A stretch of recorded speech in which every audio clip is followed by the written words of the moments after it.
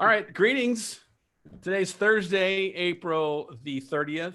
And yes, I had to look at my computer to confirm that because the days are all blending together. But I'm Joel, consultant at RevThink. This is your daily briefing for today.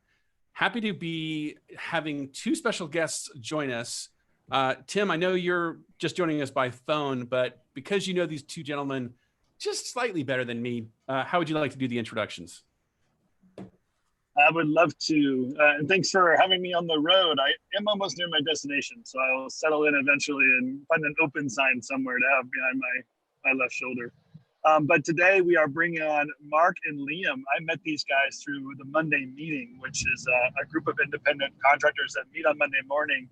They invited me into the group a few weeks ago, and I was just so impressed on this resource that's available, the conversations they're having. And I thought they'd be a really good resource to have this open dialogue about being an independent contractor during this time. So Mark, Liam, welcome to the conversation. Thanks for joining us. Yeah, thanks for inviting us. So maybe where we should begin is, can each of you guys just give us the log line, right? Tell us what's the elevator pitch kind of who you are and what you do. Sure, Mark, you can go ahead and start. Sure. So I'm Mark Cernozia from Vermont. I'm a independent contractor, freelancer in the animation motion design world. Been doing it full time now for about 2 years and have been moonlighting for years before that. So really excited just to be on this and talking with all of you. And I'll let Liam do a quick intro too, and then we'll give you maybe a little Genesis story on the Monday meeting. Yeah, so I'm Liam Clisham. I'm an independent contractor / contractee. I also contract people too, as I need to. I've been doing this, I think I'm going into my 6th year now, full time as an independent contractor. Did a little bit part-time as a graphic designer as I was going through college and stuff, but full time now for almost 5.5, 6 years. And Liam, what's your specialty? What type of discipline or skill set do you operate in? Yeah, so I went to school for graphic design and I fell in love with motion design while taking a course there. So I've been a motion designer, animator pretty much ever since. I'd started off as a 2D animator, but mostly focus on 3D now. Got it. And Mark, can you give us the rundown of what is the Monday meeting? How did that come about and what purpose is it serving? Yeah, so couple years back, just about 2 years now, there was an article written.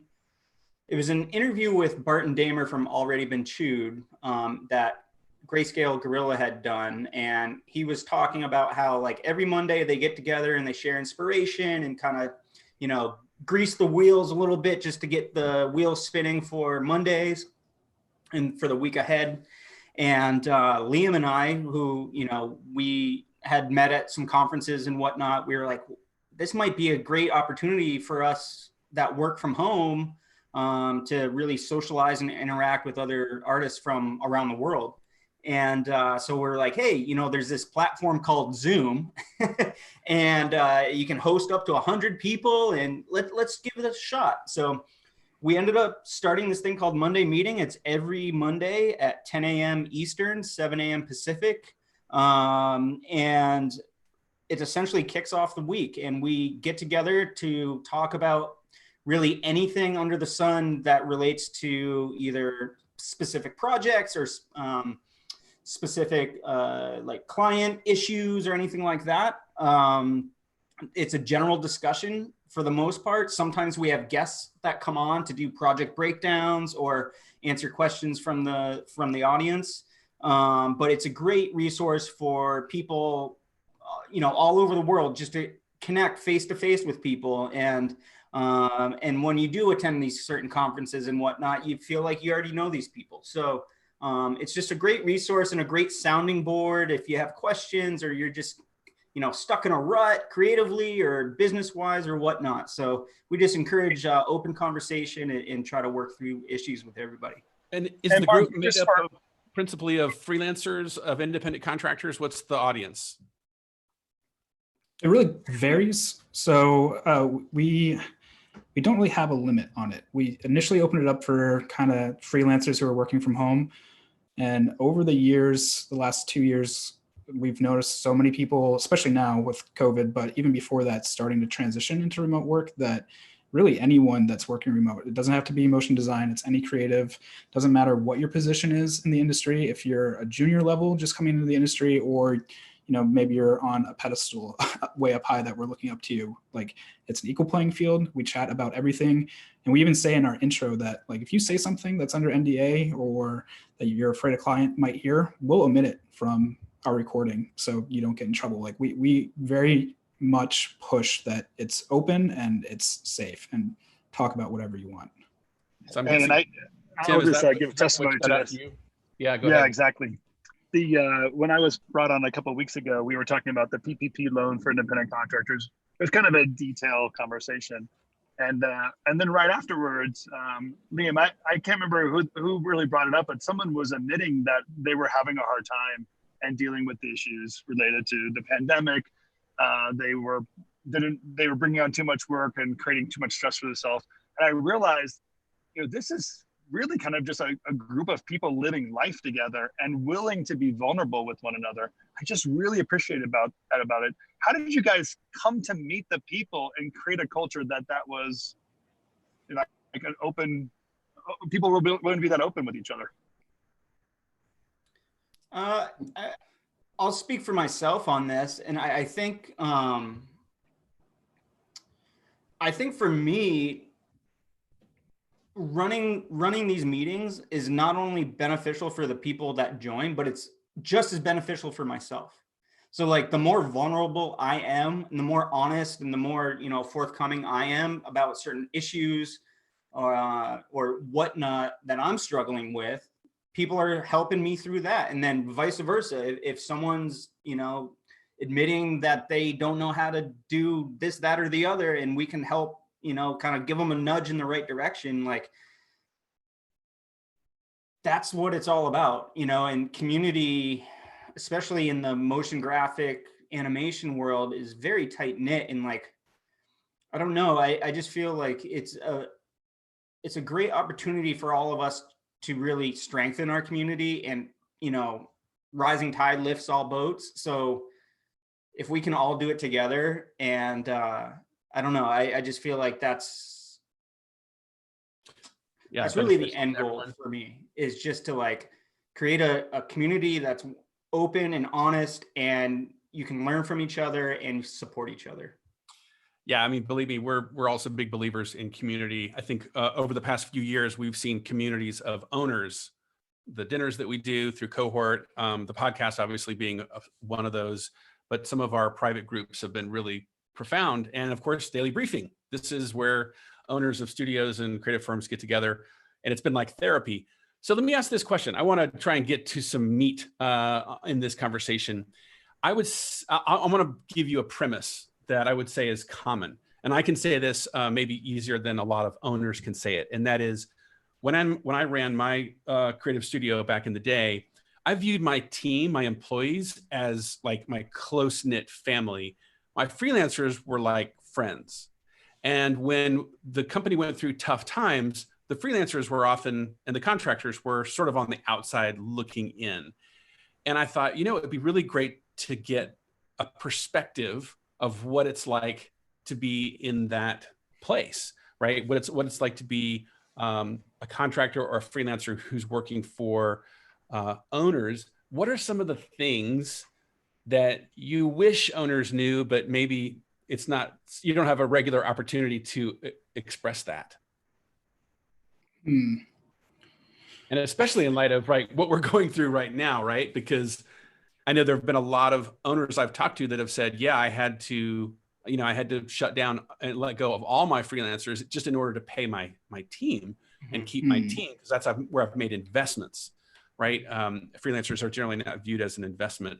So I'm just curious to hear, how do you guys feel about that? Again, you can speak on behalf of freelancers in general, not necessarily your own particular experience, but I would just love to hear your thoughts. Yeah, I think one thing that I'm experiencing a lot of lately is like communication gaps. And say I email a client on Monday, it seems as things have unfolded recently, and I think it's mostly maybe because these studio owners are feeling afraid at the moment and kind of bogged down with their own life, that we are getting pushed to the side. But I won't hear back until Friday sometimes on an email I sent on Monday. And that's like one of the biggest things that has been hurting my relationships with clients that I generally feel like I have good relationships with is, wow, like I felt like we had a pretty good open communication line. And when I would email them before, I would get a response back within 24 to 48 hours. And now it's going to a week. Like I had one client wait 15 days before they responded to an email, even after multiple emails. So I'd say that would be one big thing that I wish our clients knew, was like communication shouldn't be taken for granted, even though we're not on the inside. Like definitely, keep us in the loop too. Yeah, one thing I would add, in terms of like a lot of the people that we know, a lot of us are remote workers. So right now, with freelancers kind of being cut out of certain things and teams kind of shrinking, budgets being kind of frozen, one like silver lining for people like us is that this whole work from home, Zoom, Slack, all these new technologies, like we've been doing it. Like me working on a project that has all these deliverables and it's, I'm waiting on a drive or a Dropbox link or whatever, like this is just my normal routine. Whereas a lot of studios, a lot of like companies and brands are really trying to figure out how this all works now. So I would say, one thing that I've actually had some success with is just working with some of my clients and kind of coaching them through my workflow so they can bring that back to their team, So it is a little hard being cut out of the equation sometimes. And it would be kind of nice to be on that inside team and hearing what's really going on. But at the same time, I'm just trying to keep my head down, stay the course, do what I know. And yeah, hopefully it works itself out here soon, but. Hey, so you guys are kind of sharing what we thought we would hope you would share, which is this crisis kind of cut you out a little bit. I know a lot of the studios we work with, the freelancers were really the first line that they were letting go, and that hurts. And then the second line were the staff people that were with deeper cuts. What's really happening on the independent contractor side, though? Are you guys seeing cutbacks, or are you experiencing some of what you were talking about, Mark, where people are recognizing you have an expertise and are being hit up for, or maybe a different capability, but being hit up for that expertise you guys have? Mm-hmm. Yeah, I mean, through my experience so far, I've been cut out of certain things in terms of projects being either canceled or kind of indefinitely on hold, and pushed back like that. Also, some of the clients I work with, contract work has just been completely frozen. So luckily I've got some things that have slid under the radar before all of this, all certain budget freezes and things have happened. I'm just really nervous and curious to see what 3 months from now looks like, because, all these projects that have been in motion are still trying to continue to be in motion and trying to finish them out. But then, 6 months from now, 6 months from now, whatever, like when new campaigns are about to, be formulated or whatnot, like, are we part of that equation anymore? So I feel like I still kind of have a hand in some things, but who knows what a few months out may look like. Yeah, I would double down on that too. And it's kind of been a real like wave. So at the beginning, as they started to announce distancing and everything, I had a bunch of my clients reach out and say, like, what's your status over the next couple months? And then it went silent. And then one client in particular, I know, laid off about like 80% of their staff. And they immediately reached out saying, hey, we just laid off a bunch of our staff, so we're going to be relying on our freelancers until we can get up and running again. So that's the flip side of things, is while some of these places might be hunkering down. Others are actually going to be reaching out and relying on freelancers to get through this because they feel like they can weather it a little bit more instead of having to worry about somebody's salary. They can reach out to a freelancer and know, all right, for this project, it's going to cost me this much. So it's really just like almost a tornado out there of like different things coming at you. Yeah, that's such an interesting point to make, because there are obviously some owners have a model that's very staff and employee driven. Others have a model that's very freelance driven. And I would say in times of calm, the former is more advantageous to the business. But times like this, when there's a lot of uncertainty, the people that are almost all freelance talent based are like, wow, phew, I'm really glad I have this business model because I can adapt. And that sounds like you're hearing from some of those people. Mm-hmm. What else do you want owners to know? Because in terms of them, owners communicating with you, is it as simple as just responding in some sort of a timely way, if only to say, hey, I got your note, I don't know, talk to you soon, rather than just purely ghosting you? Like, is that helpful at all? Yeah, for me, that's helpful.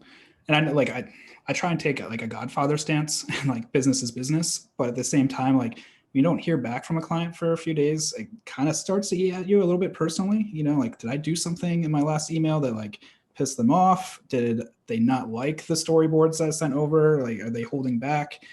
So yeah, even just like, hey, I had a really rough day because my kids are home and I had to homeschool them all day. I haven't had a chance to get back to you. That's totally fine. Like I would love an email like that, just so I, one, have a peace of mind, but two, also it kind of helps with my scheduling too, just so I know, all right, I'm going to have to push this back a little bit and so I can work on this project. So that really helps me out.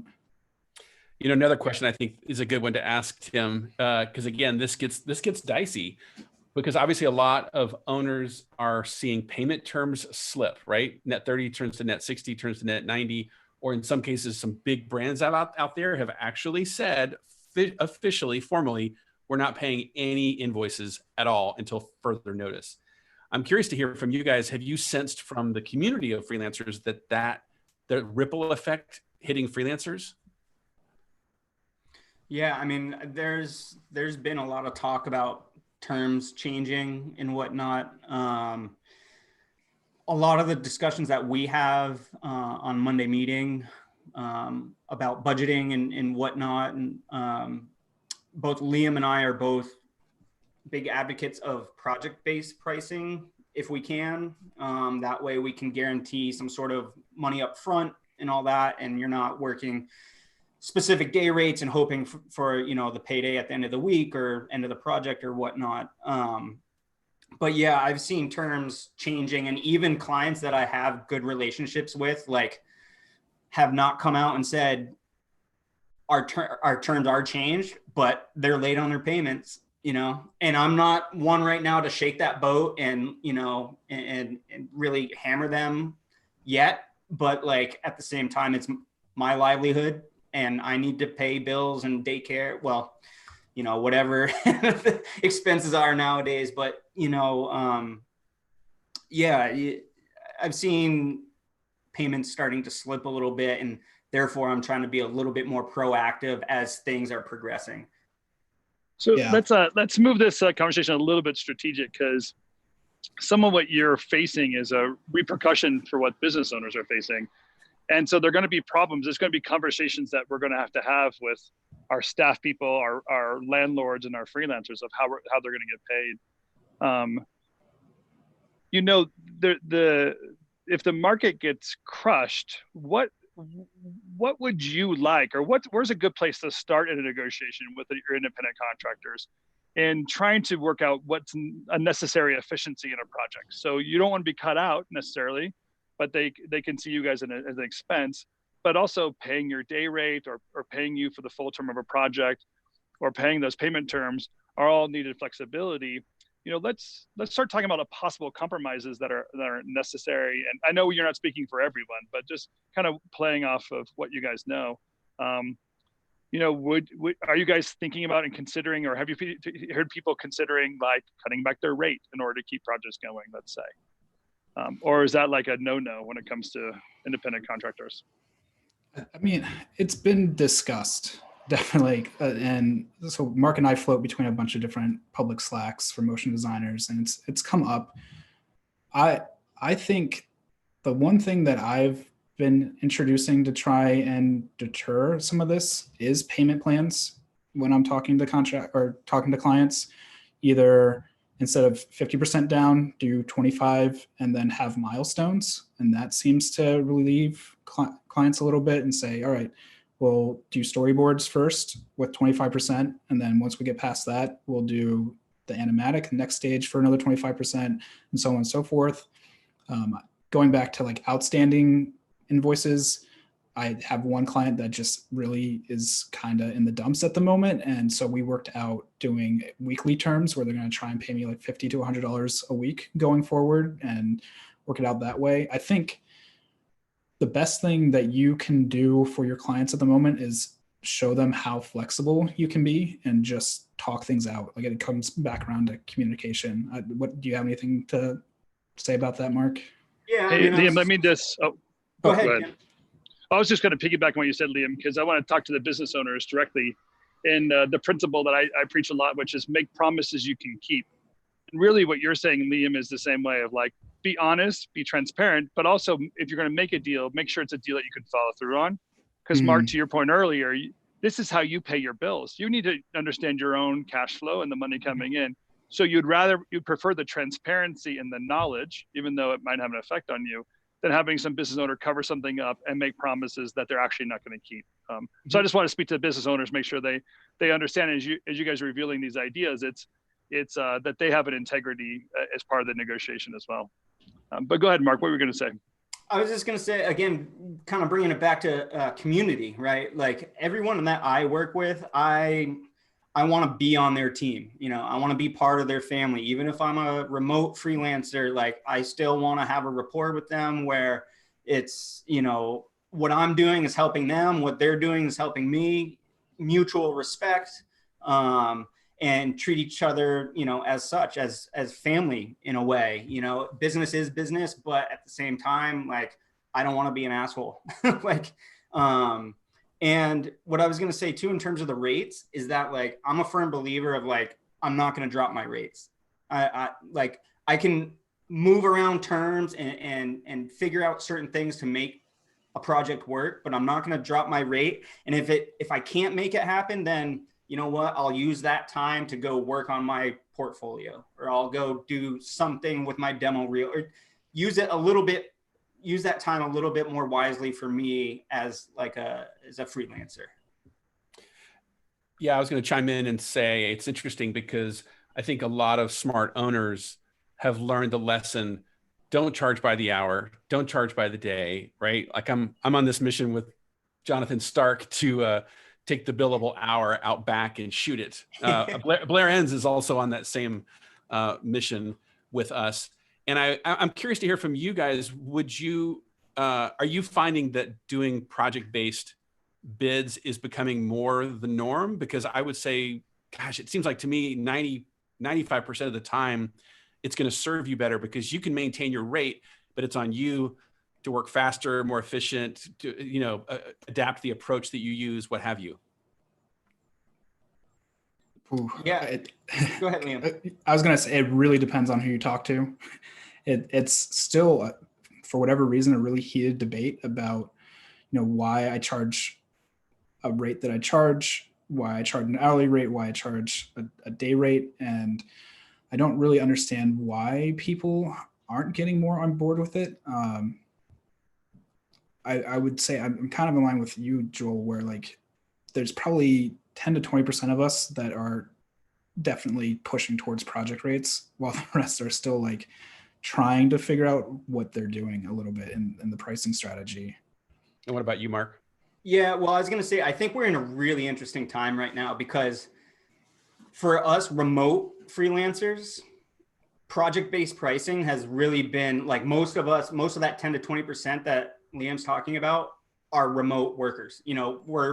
I'm in Vermont, and I work with companies out in Portland, Oregon, LA, all this stuff.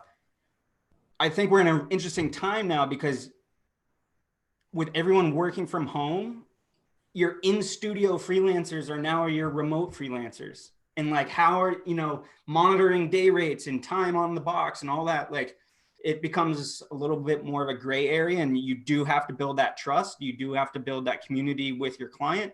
But I think it's really interesting to see what is going to play out here, because like this might be a big, you know, title switch for how freelancers bid projects and build projects.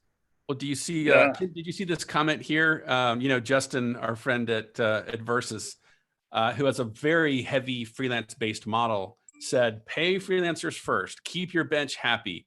It will come back to you in great work and putting in more time when it's needed. And I'm guessing you guys would clearly agree with that principle. 100%. And you know, it similar to like what Liam said earlier, like we both also bring on freelancers to help with projects, you know, and when I do that, as soon as I get an invoice, I pay that freelancer because I want them to be happy. I know that would make me happy and I would want to work for that person again, you know? So I think just trying, again, it comes back down to community, and you want to be treated the way, or like you want to treat people how you want to be treated, right? So I think Justin nailed it. Take care of your freelancers, make your bench happy, and it will come back to pay off. And Mark, I was going to say too, it comes back to community, which means it comes back to trust. And you guys use that word. I think there's a lot of understanding, and needs to be understanding when you're talking to any resource, staff, freelance, even when you're negotiating with a client, that trust is such a key factor, and how people make decisions, how often they'll work with you. And some of that is just following through with your commitment. So I appreciate that. We only have a few minutes left, and I kind of want to pivot this conversation slightly, because one of the things I am seeing playing out, especially with people taking on PPP money, they're going to have to boost up their pay for the short term, and possibly, I don't know this exactly, but I have a little bit of conspiracy theory mind that happens to play this thing out, that some of this is actually going to wipe out the gig economy. Because once we have people registered on payroll, there's now going to be an accounting of who was on payroll for a short amount of time. And when that person goes off to become independent again, it will create some red flags within the tax code. Are you guys following any of that? Do you have any concern about that, or any kind of strategy that you would put out there and kind of speak on behalf of your community when it comes to those thoughts? I actually hadn't considered it until you just said that now I feel like I kind of need to think about that. Yeah, I be real. Yeah, I mean, it can be as drastic as people going through a bad audit because they opened up a freelancer to be on staff. It might also be a good thing, especially with some of the need for security, not knowing how it's going to play out in 6 months or a year. And obviously, independent contracting staff or freelance, you can see that playing out. But yeah, I don't know. I don't know if you guys are thinking that or people are thinking that way, because I think it's something to be important to realize, especially as people are taking on PPP money. There's going to be an audit. There's going to be accounting of where that money went, and that's going to kind of draw attention to certain line items. Yeah, I got a PPP loan. I was approved last week. And I am a little bit concerned.